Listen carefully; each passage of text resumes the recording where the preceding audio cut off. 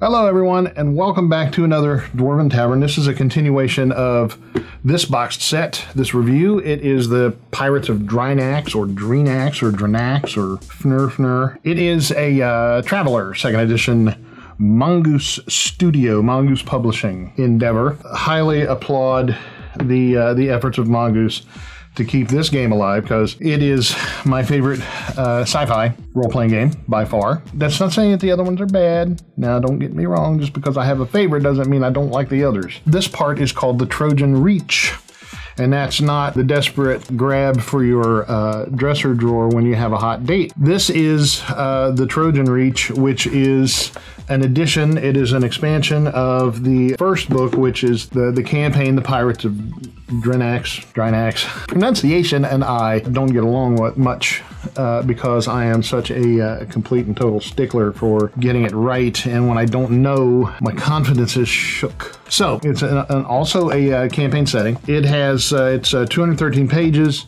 The whole box set is $99.99 and well worth it, I would like to say. So in the introduction of this book, it says, in the days, weeks, and months ahead, you will be taking part in a campaign that offers a breathtaking amount of freedom, which that's kind of a double-edged sword in most cases, because sometimes when you give players freedom, I always give my players freedom, and my plot points are loose, and we were just, Ian and I were just talking about that earlier today. It's like the one thing that we find the most irritating, and we're both on the same page for that, when, you know, you level up and absolutely everything else levels up at the same time. So he was talking about Skyrim and how, you know, you level up to 20th level or whatever, and then bandits in the woods wearing gold-plated armor and that are also 20th level each. It's just like, why are they bandits if they're that successful? There would be no 20th level bandits. Bandits are scum because they're scum. And if you have the super high-powered bandits like that, they usually wind up starting guilds in big cities or something like that. They wouldn't be out doing that. So totally unrealistic to do the power scaling. In my campaigns, your first level, if you go to the wrong place, you will find a pseudo troll, or, you know, just a straight up flying polyp from the Cthulhu mythos and so forth. If you poke your nose in the wrong place, it will get bitten off. And don't forget, you can always run. Well, most of the time. So freedom often can take characters in the wrong places. Back to the book. Allowing you to forge your own way through the universe with no worries about boundaries or goals other than those you set for yourself, which is good. When things happen in my campaign worlds, they happen whether the characters are there or not.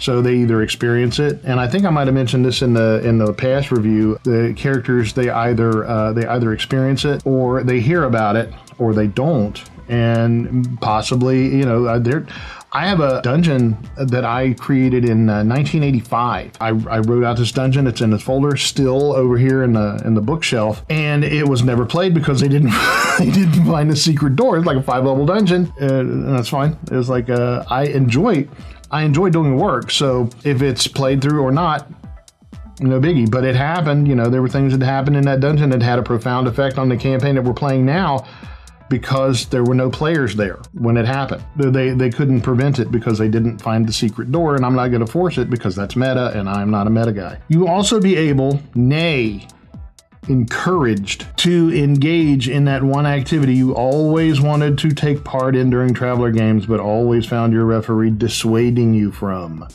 You get to be a pirate. So there's a lot of control freaks out there. I guess that's one of the reasons that you might want to be a referee or a dungeon master or whatever, is because you're a freaking control freak. And then you wonder why your players don't have fun. They do offer some really good advice in this part, in specific on page 2. It says, one key point to remember when playing the Pirates of Drinax is that you will get out of the experience exactly what you put in. That is gospel right there. There is a lot of campaign information in this book, and while you do not need to know it all before you start playing, keep in mind that it is there. When you visit a new world, do not just look up its profile, the UPP, the Universal Planetary Profile, which is its name, its starport type, its, let's see if I can remember this, I should, its atmosphere, its hydrographics, its size, atmosphere, hydrographics, population, law level, government level, tech level. That is the code that is in whenever you see a map like this, you have a code, and that code is for this one it is A56689AC, and then it has some other symbols like it has a gas giant. It is Awatari. Must be a Varger. So it is A, which is a 10, a level 10 size, so it's a big planet. It has an atmosphere of 5, which I'm not really familiar what each type is, but it goes, it's hex, so A is 10, B is 11, because it's all single digits, and you have to, it's a base 16. Its hydrographic percentage is 6, which is a lot. Its population is 6, which is a lot. Its government is a type 8, which I'm not sure. Its law level is type 9, that's pretty strict, and its tech level is A, which is 11, which is it's up there, but not it's not horribly advanced like 13, 14, 17. So forth. It's good to remember that UPP. Then it has a chapter, other than that, really, really good advice. Creating the travelers, you have non-humans, and in the Pirates of Drinax, the travelers are given a letter of marque by the king, and this is not a spoiler, because I'm very careful about that. This is the actual plot of the book, and I believe I read that last time. The characters, the travelers, are given a letter of marque by the king of Drinax ordered to cut a swath, and this is on page 3, swath across the Trojan Reach. The travelers must therefore be adventurous, hardy spacefarers. They do not have to be bloodthirsty rogues. They could be, but they could also be loyal warriors of Drinax, or travelers seeking employment, or adventurers with a grudge against the Imperium or the Hierate, the Aslan, Hierate, or both, or all of the above, really. So you could be a bloodthirsty, loyal warrior with a grudge against everybody. And that'd be all right, because then you get the job done. As long as they have the daring and the skill to fulfill King Oleb's mad dream, they will be offered a place on board ship. So then it gives the rules about the various places, the various, non-humans, Varger Corsairs. You could play Aslan. It borders on Aslan space, so you could be a rogue Aslan if you wanted. I mean, it's really up to you and the referee. Here on page 4, it has things about the various places on Drinax where you could be from whence you could hail. There are 2, very specifically, I believe, yes. The Floating Palace of Drinax or the Wastelands of Drinax. The Floating Palace is that lofty estate that were assailed by dark things in robes of sorrow. What poem is that from, and who wrote it? You can still hear the scream from the encrimsoned windows. So this is your characteristics. You have a -1 to strength, a -1 to endurance, +1 to education and social standing. Suggested careers: noble, scholar, navy, or entertainer. The Floating Palace life events are such that a 5. Good fortune smiles upon you. And what is said good fortune? It is you inherit a place in the Star Guard. You can sell this commission on for 1D times 10,000 credits, or you may automatically qualify for the Navy career and automatically gain a promotion on your first turn. That's a pretty damn good thing. That is good fortune for a noble. It's about average for a noble, but those are some of the things that you can do for life events. And then they have Wasteland life events, which if you're a Vespexer, one of the tribes who wander the blasted surface of Drinax, 200 years ago, the Aslan wiped out your world and condemned your ancestors to a living hell. This is why you might have a grudge against Aslan. The king in his floating palace may claim you as one of his subjects, but the Vespexers kneel to no one. So yeah, you can die on your feet or you can die on your knees. And I ain't much for begging. What movie is that from? So, the characteristics of a Vespexer is endurance +2, education -1, and social standing -1. And your likely careers are army, citizen colonist, a drifter, a rogue, or a scout. So, let's take a look at some of the life events for a Wastelander. A Vespexer, a 4, misfortune. Shocker, huh? You suffer an unfortunate accident, roll 1D, and the 1D is a 1. You are framed for a crime and exiled from the tribe. Gain your persecutor as an enemy and reduce your social standing by 1. Son of a gun.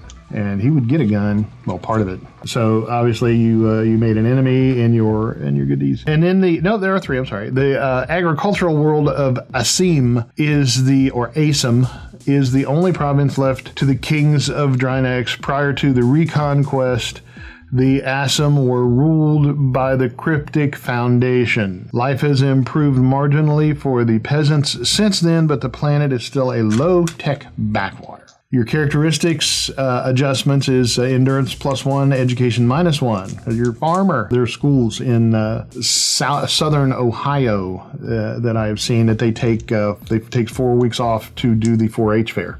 So they're still very agricultural, and they don't have any time or actual use for being super educated, I guess. And so they take time off from school to tend their farms, which, I mean, that's not really disparaging of them. It's just the way it is. If you don't have, if you work in agriculture, why would you need to know the difference between a peninsula and a archipelago, for instance? Like, that's not going to milk your cows. So yeah, I mean, there's a lot for and against that particular lifestyle, but it's a culture, and what can you do? I mean, it works for them. So anyway, the likely careers are army, citizen colonist, drifter, entertainer, or marine, which, there's a lot of farm boys that go into the Marines and kick some serious ass. I have nothing but respect for those guys. And some of the Asim life events are like good fortune, luck is on your side. You gain a +1 die modifier to any one benefit roll, or you have the ear of someone at court. Pick Cleon Hardy, Rachando, Kisael, or Lord Rax as a contact. There you go. I mean, I like that guy. He's a simple dude, but I like his style. So in chapter 2, and this is interesting because it's not so much like a campaign itself. It is more of a campaign supplement for the other book, which, it's perfectly fine because it has the Harrier class raider, and these are all ships that can be used by pirates and the people that are, your crew. It has rules for healing the wounded ship. Then chapter 3 is an introduction to the Reach, which is fine. In chapter 4, and it tells about it gives a background for the Trojan Reach.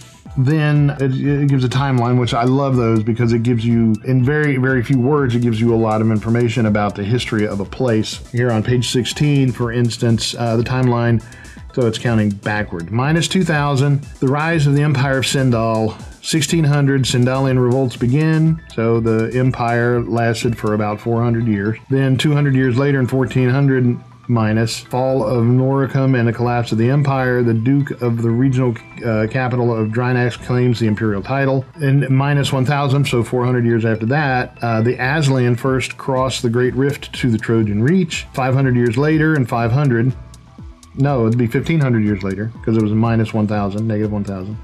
And 500 years later, the Aslan expand into the Tlawaha subsector. Trade between the Empyrean and Aslan grows. In 700, King Glaxo bombs rebel worlds. 884, King Oleb the 14th establishes the Drinax tax. Wow. Harrier ships are built to enforce payment of this tax. Then 885, the fall of Drinax. The Aslan, led by a Roy-If clan, bombed Drinax. Then in 1085, the reconquest of Asim. 1105, the current year, Drinax Harrier ship is recovered and rebuilt, and that's the ship that your characters will be given to do the bidding of King Oleb. So the start of the campaign, and this is the actual campaign part of it, King Oleb offers you and other travelers a chance for glory. He will give you the Harrier as your ship, and more, he will give you a letter of marque and reprisal. This document gives you the right to prey on merchant and military shipping within the borders of the old empire of Sindal that does not carry the proper documentation. The king grins at you. Of course, no one's carried those papers in bloody centuries. Every ship in space is your legal prey, but I don't want cutthroats and murderers. I want thieves. Like there's a difference if your characters do that. So King Oleb basically gives you the legal pirate papers. Just like in that one Three Musketeers movie, I think it was Three Musketeers, where the guy had a paper said, to the bearer of this note has done what he has done, signed the king, basically giving him the free reign to do absolutely anything he wants. The mission is to go privateering across the Trojan Reach, disrupt trade between the Imperium and Aslan Hierate, because they both suck, according to the Oleb. Establish alliances with independent worlds and factions, so you're kind of a Robin Hood type to the people of the Reach, and make your fortunes and rebuild the kingdom of Drinax. It goes on to, that's basically the plot, and that gives a lot of freedom, which I think is very cool. That's the point of this, is to give the characters freedom with a general overarching theme, which is cool. Some might say that it's not much plot, which again, you know, if you're doing it specifically to give the characters freedom and to do what they will, then you don't want to have a billion plot points to keep them, you know, corralled into a narrow channel of behavior. Life in a Floating Palace is and then it has a map here on page 20, which is really nice. It's like a big egg. It is very ovate shaped, and the only thing, and this is actually going to knock off a half an axe, is it has a list here on page 22 and 23. It has a list of some NPCs, and King Oleb the 16th, XVI, Prince Herrick, and Princess Rao. Yeah, I might take off points for that. but Princess Rao, it doesn't have the stats of these guys, so they are not necessarily playable. And you know what? I didn't look to see in the back if there is an index or anything that has their stats. No, it does not. So I really dislike that. I don't like having characters inserted into a story without knowing exactly who they are and what they can do. This has a good description of who they are. For instance, on 22, King Oleb delights in drink, in women, and food, in flying with his hawkmen, and in conquest, but given the state of his fated kingdom, the last pleasure is denied him. The forces of Drinax are too diminished to conquer any other world, and the Aslan threat is growing. Others may dismiss the king as a buffoon, but he is actually a cunning statesman and can be diplomatic. When he has to be, he just doesn't enjoy it half as much as shouting and blustering. Okay, that's fine. But what is his carousing? What is his, is he a diplomat? It says he's 105, but his apparent age is in the mid-50s, so he's, like on anagathics and all that stuff. And it's the same thing with Herrick and Princess Rao. There's no stats on them, so I'm taking off a half an axe on that. And if anybody knows anything different, I'm not really sure if, I don't think it's in the Pirates book, but, I'll give it a look, but I'm still, it should be here. It should be here. For that, it's not going to be it's going to be a deduction, which I hate, because I hate giving deductions for books that I don't like, let alone ones that I love. But that's just that's a no-no. The one thing that this book has a lot of, and that's a lot of Aslan. The material. It talks about the physiology, the seasons, and their calendar, which is almost Mayan or Incan because it's circular here on page 27. Their society, their beliefs, their dueling, their honor, their wars, their reactions, rights and outcasts, sex, love, and marriage, their dress, architecture, and art, their government, all the information about the Aslan homeworld, and all this stuff. I mean, this could be a separate book on its own, and that is, that's fantastic, because some people, I love cats, my cat Xena. I'm a huge cat person, and they are huge cats. Although I prefer playing Vargr. They have a timeline of the Aslan border wars all the way up to the current date, crossing the Great Rift, Contact, and all that stuff. Then it has a whole section on Aslan travelers and how to roll up your own characters with the actual, and this has the proper format, starting on page 72, the character classes that your character can play as an Aslan. The ceremonial has the poet, the clan agent, and the priest. So those are very ceremonial. Poetry was one of the things that I majored in school. I actually wrote a book, brag, a couple of books of poetry. The envoy, which is a negotiator, spy, or duelist. The management, which is corporate, clan aide, or governess, which you don't mess with the lionesses when they're governessing. They will protect them cubs. Military, which is warrior, cavalry, flyer, support. and it is gender specific, so only males can enter the warrior class. Do not bitch at me for that. That is their rules, and it's this culture, so respect the culture. I know there's a lot of people that will balk at that, which, whatever. The management are female only, so what are you going to do? Some cultures have very gender specific roles in them, and that's just the way they are. So if you want to play an Aslan, and then of course it would be really cool to play like a Mulan character who fakes her way through the Aslan military to become a female warrior. I can't say that wouldn't be cool, but as far as their rules go, I mean, you could fake it if you wanted to. It's like a guy who only, oh wait a minute, what else does it say? Only females can be support in the military. So, and only females can be in management, which is corporate. So it's a lot like Sparta, where the females ran the government while the males were off killing absolutely everyone in great numbers. And so, if you were a guy who was too weak for the military or whatever, and want to play an interesting class, then you could fake your way. I mean, there are lots of stories like the one that Dustin Hoffman was in, and Mrs. Doubtfire, and Bosom Buddies. All those are guys faking being female to become to get an opportunity they wouldn't have had otherwise. So that, even though the rules say that, you can play it however you want it. Scientist, which is healer, is male only. Researchers and explorers, which can be either. The spacer, pilot, gunner, engineer, and crew. Only males can be pilot or gunner. Only females can enter engineer. And I gotta say, man, in today's climate, with all of the equal rights and human rights issues that abound everywhere, most are pretty cool. I've always, whatever. If either you're an asshole or you're not, and if you're not, I don't care who you are. I don't care what God you pray to. I don't care what food or other things you put in your mouth. It doesn't matter, as long as you're cool, right? I mean, that's all that matters. Yeah, I'm the one who. I don't know. Another weird rant.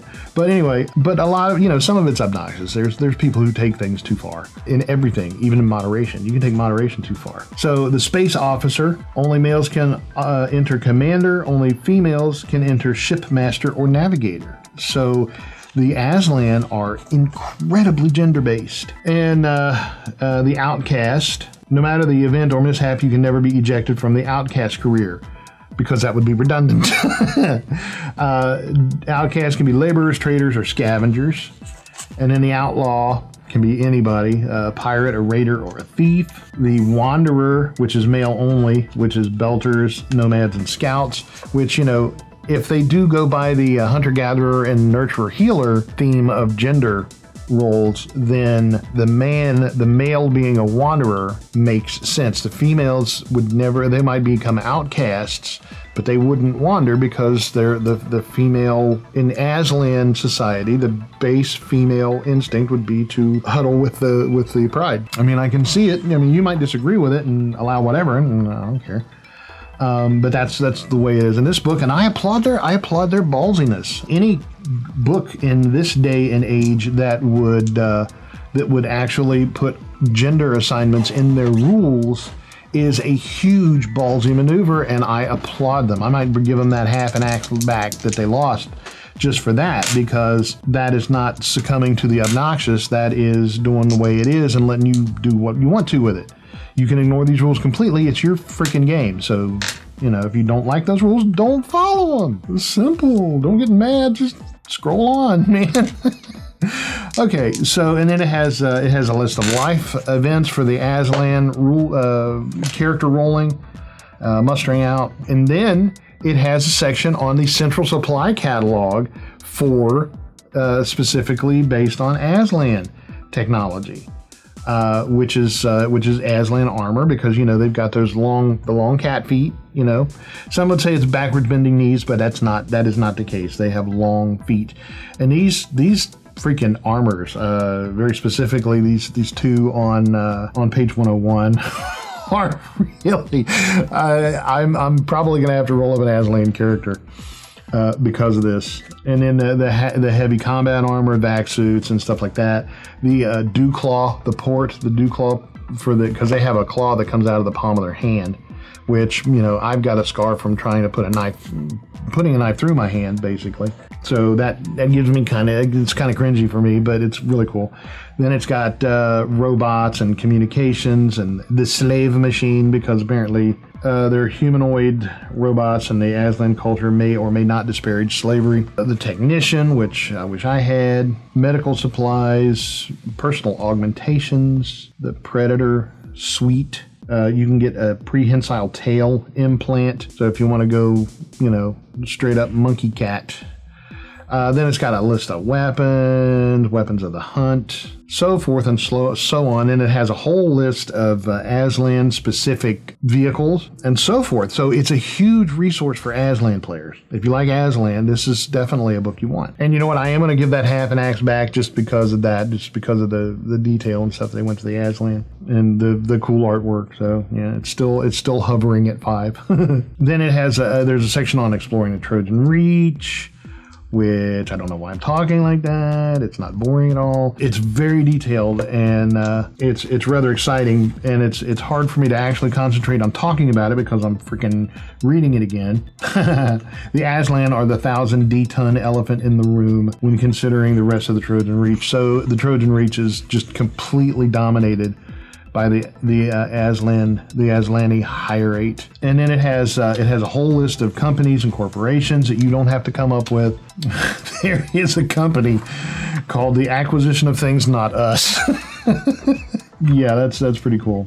They're the Treyo Dust Spice Importers. They just folded in from Ix. The 5 shields, glories under the claw, and so forth, and it's got details for each of them. The one I like the most is the Acquisition of Things Not Us. It's on page 132. This is a Florian merchant line, one of the few Florian companies to trade outside the League.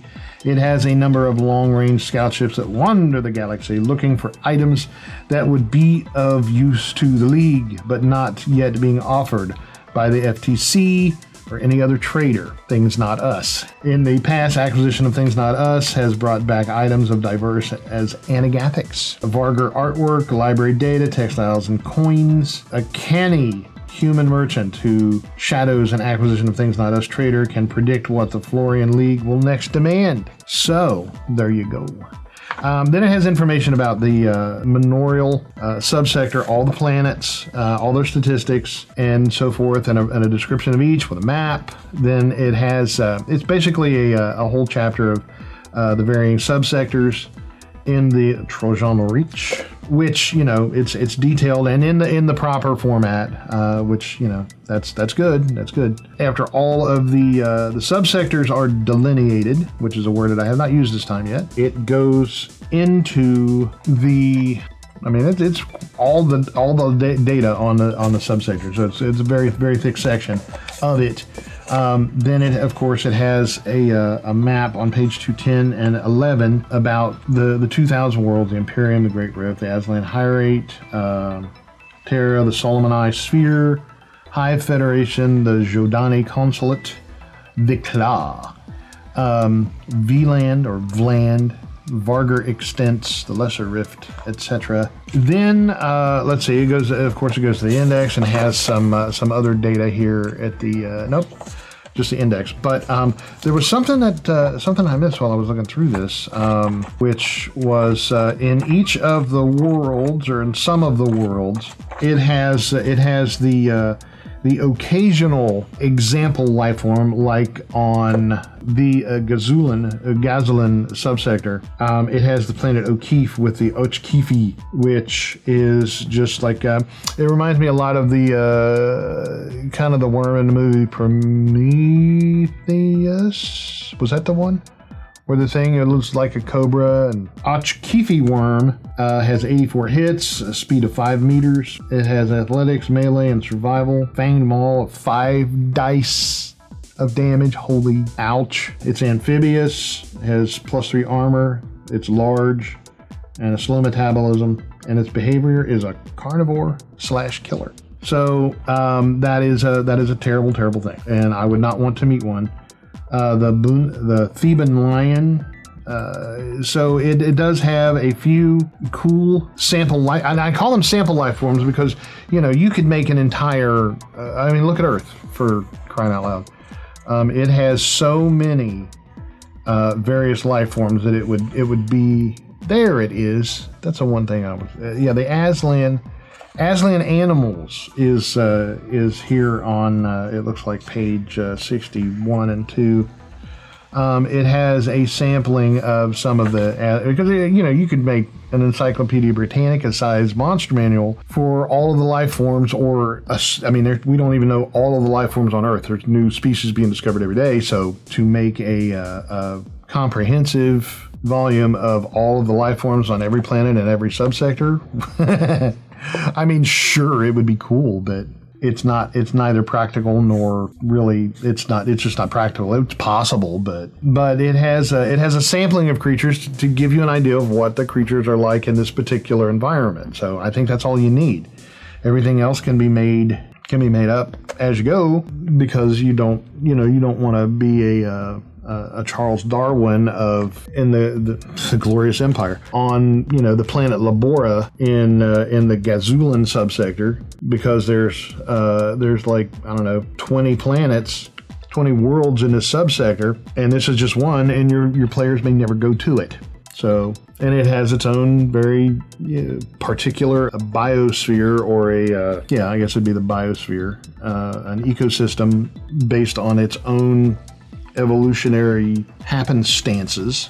So it would be life forms very particular to that world and that world alone, even though all of these animals look like something that's similar to some that you might find on Earth, and some are not, like the Auaka. And these huge animals are rare on Kusu outside reservations, but have been successfully transplanted in numerous colony worlds. They are titanic creatures, more like walking tanks and animals. Hunting an Auaka is a difficult prospect, and best accomplished with a rocket launcher. But they are part of many Aslan ceremonial feasts, so it would almost be like a rite of passage to have hunted one by yourself and come back alive, because they look like, and it's on page 62, it looks like a four-tusked elephantine pachydermal dude, and they've got, you know, 64 hits. Their horns do 3 dice plus 3, and they have a 6-die trample, etc., etc. So they're tough mofos, and they look like they kind of a variant on the elephant, which, you know, body forms and evolution and all that stuff would maintain similar things. A limb of locomotion would have joints in it. Which way they bent and how many they were, of course, is speculation, and it's survival of the fittest and all that evolutionary stuff. So having a sampling of these creatures, I think, is a wonderful thing. So that is the Book of the Trojan Reach, which is a very extensive volume that it's part of the box set, thank goodness. The box set is $99.99, and next time we'll do the Ships of the Reach, which is a very cool book on the, believe it or not, the Ships of the Reach. So on that note, I'm giving this, it was 4.5 axes, 4.5, but just the coolness of the rest of it with the illustrations and stuff gave it that axe back. So 5 axes for this book, even though I'm really not happy about those. The thing is that there was only 3 non-player characters, NPCs, in this book that are mentioned, you know, very specifically. So I guess it's not that big a deal. You could give them, I mean, and you know, it's one of the things I said before is that traveler NPCs are super easy to come up with.